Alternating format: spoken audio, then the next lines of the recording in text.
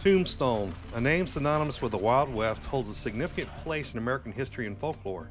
This old Wild West town, located southeast of Tucson, has the Tombstone Boothill Graveyard that stands as a symbol of ruggedness and lawlessness in the 19th century in the old Wild West.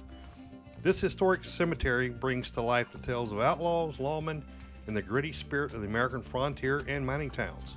Legend has it that the Boothill Graveyard got its name from the custom of burying individuals with their boots on, meaning violent and untimely deaths.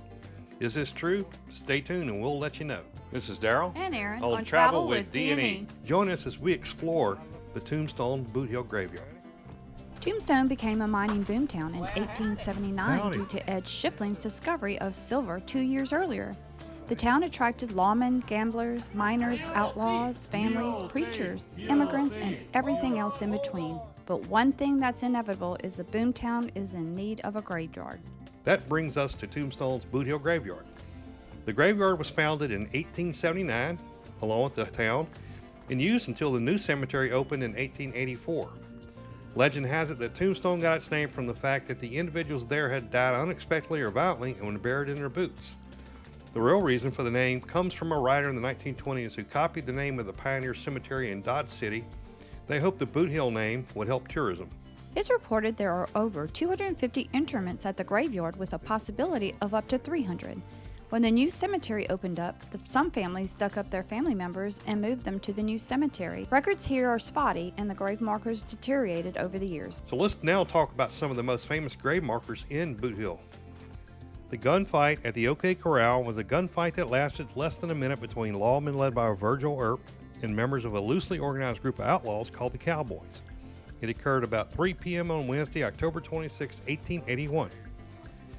It is generally regarded as the most famous gunfight in the history of the American Old West. Virgil, Wyatt, and Morgan Earp, all brothers, and Doc Holliday represent the lawmen. Officially, they went to enforce a city ordinance prohibiting carrying weapons in town. Tom and Frank McLaury, buried alongside Billy Clanton and Curly Bill, were all killed during the gunfight at the OK Corral. Marshal Fred White was the first elected Marshal of Tombstone in 1880. A group of outlaw cowboys were drinking and shooting in the air. Marshal White started collecting guns from them. He was accidentally killed by Curly Bill Brocius when he handed the gun over barrel first.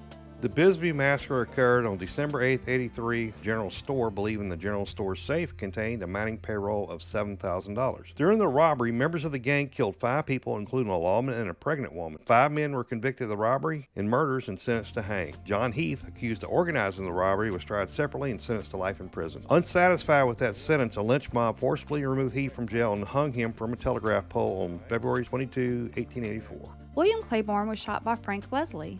Claiborne had been drinking and tried to sell her wrong with him. Claiborne was murdered in front of the Oriental Saloon, where Leslie worked as a bartender.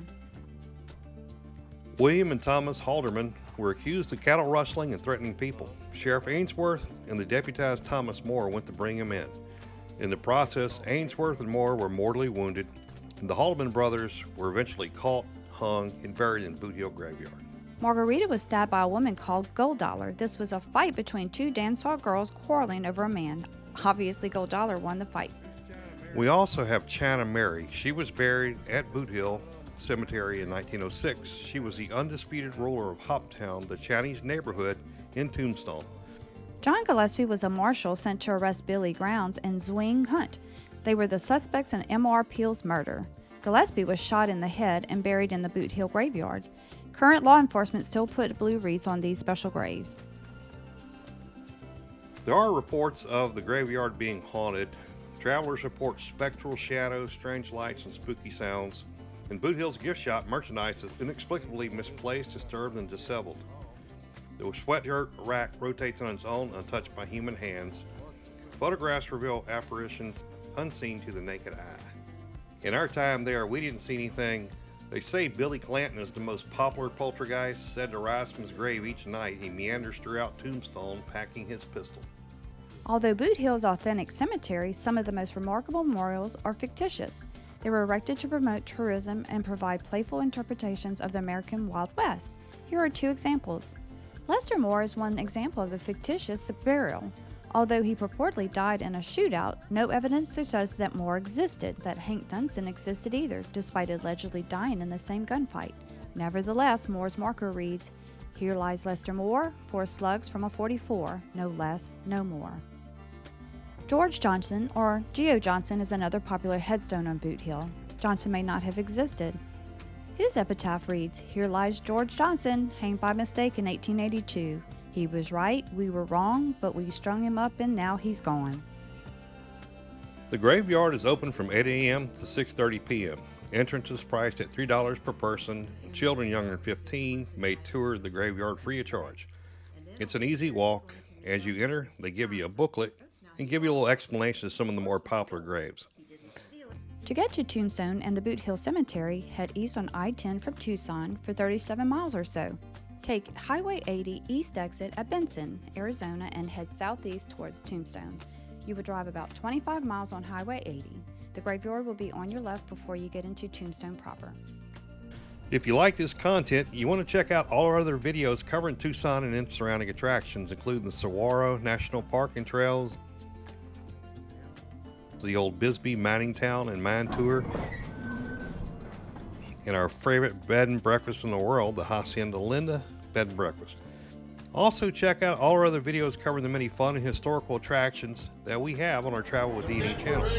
Do us a favor and subscribe, that way you get to know when we put out a new video.